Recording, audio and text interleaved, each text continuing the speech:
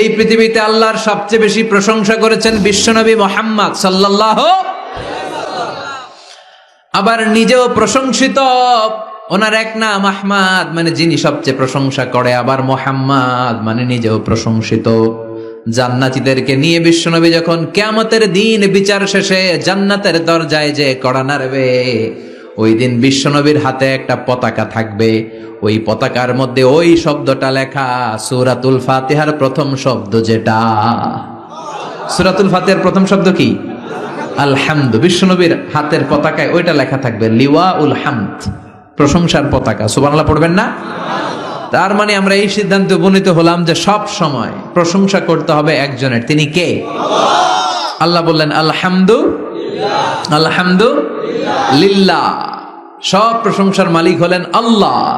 কি সুন্দর নাম তার, কি মজার নাম। আলিফ লাম লাম হা, আলিফ লাম। সবাই বলেন আলিফ লাম লাম হা।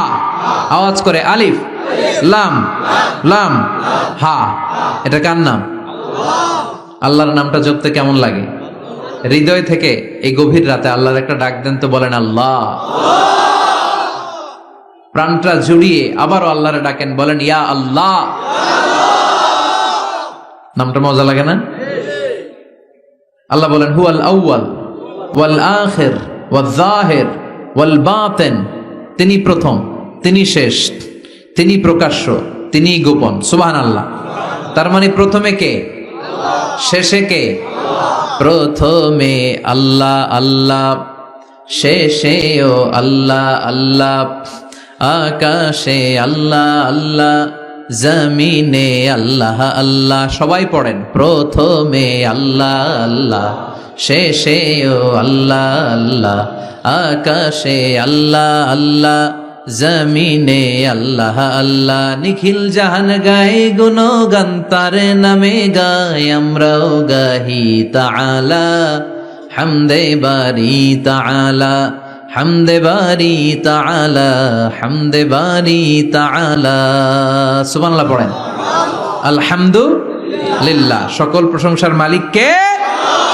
আল্লাহ বললেন সকল প্রশংসার মালিক হলাম আমি, আর আমি হলাম রব্বিল আলামিন, জগৎ সমূহের রব। আল্লাহর আরেক নাম হলো রব। আল্লাহর আরেক নাম কি? কবরের প্রথম প্রশ্ন কি? আমার রব, তোমার রব কে? আমাদের উত্তর কি? আমরা বলবো আল্লাহ আমারে রব, আল্লাহ আমারে রব, দমে দমে তনু মনে তারি অনুভব।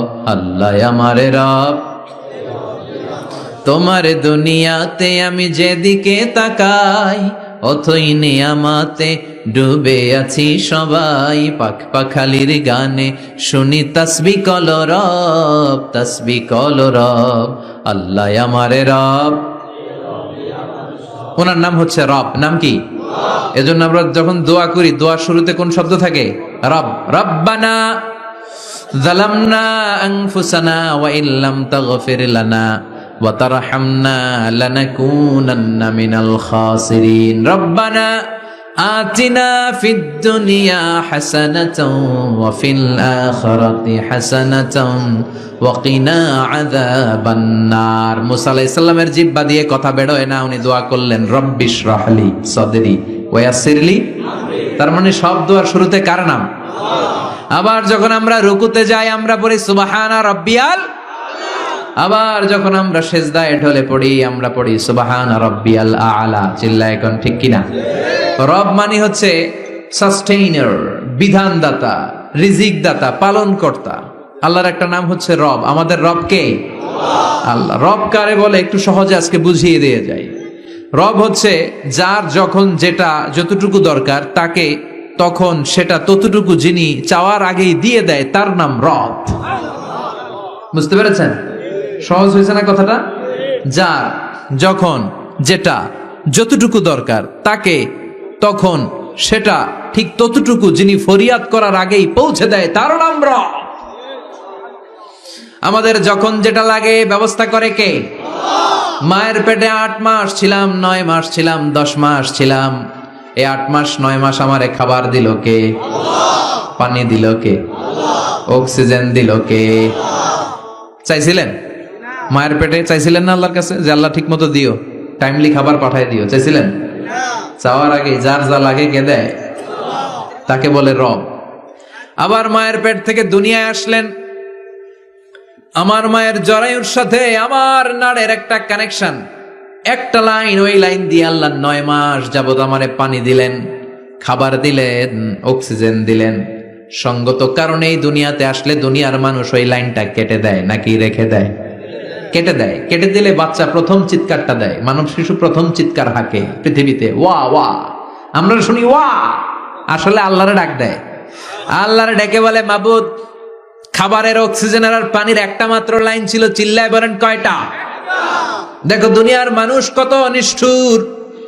আসার সাথে সাথেই কারোর সাথে আমার শত্রুতা নাই, জমি নিয়ে মারামারি নাই, কিলাকিলি নাই, একটা মাত্র খাবারের লাইন দিয়ে 10 মাস বেঁচেছিলাম। মানুষগুলো নিষ্ঠুর, খাবারের একটা লাইন কেটে দিল, এখন খাবো কি?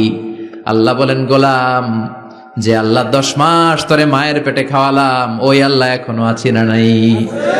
একটা লাইন ছিল মায়ের নারের ভেতরে, খাবারের একটা লাইন, চিন্তা নাই, কষ্ট নাই, দুঃখ নাই।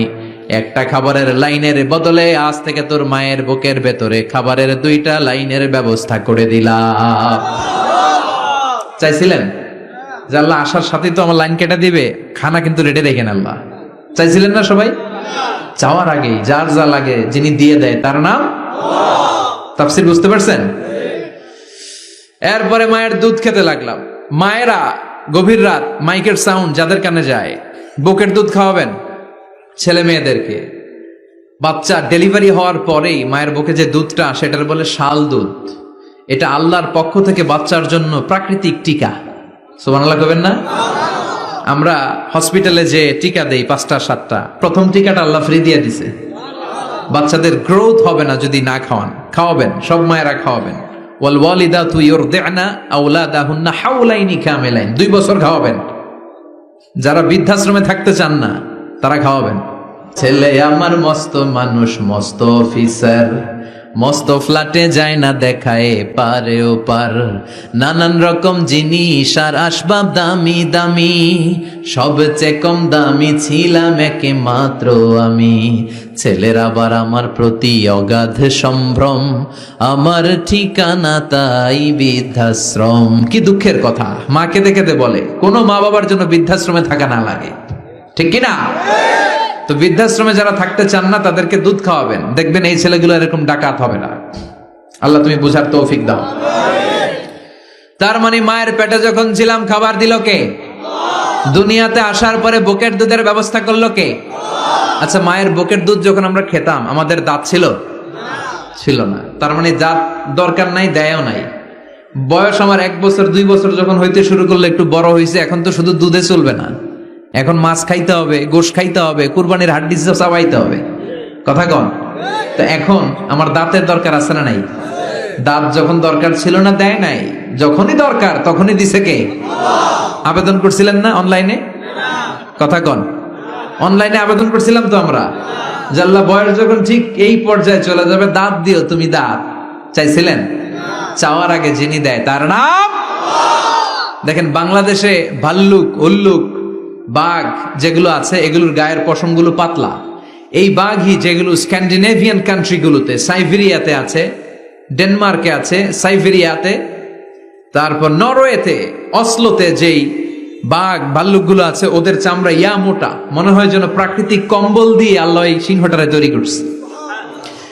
উট শুধু আরব দেশেই নাই, আরব দেশের উটের চামড়া বড় পাতলা, কিন্তু নরওয়ে, স্ক্যান্ডিনেভিয়ান ওই বরফের এলাকাতে উট হয়, ওই উটের গায়ের মধ্যে ইয়া লম্বা লম্বা পশম। তার মানে ওখানে প্রচন্ড ঠান্ডা, ওখানে সার্ভাইভ করতে গেলে, বাঁচতে হলে গায়ের মধ্যে মোটা কম্বল লাগবে। চাওয়ার আগেই ওই প্রাণীগুলোরে কম্বল দিয়ে পাঠিয়েছে কে?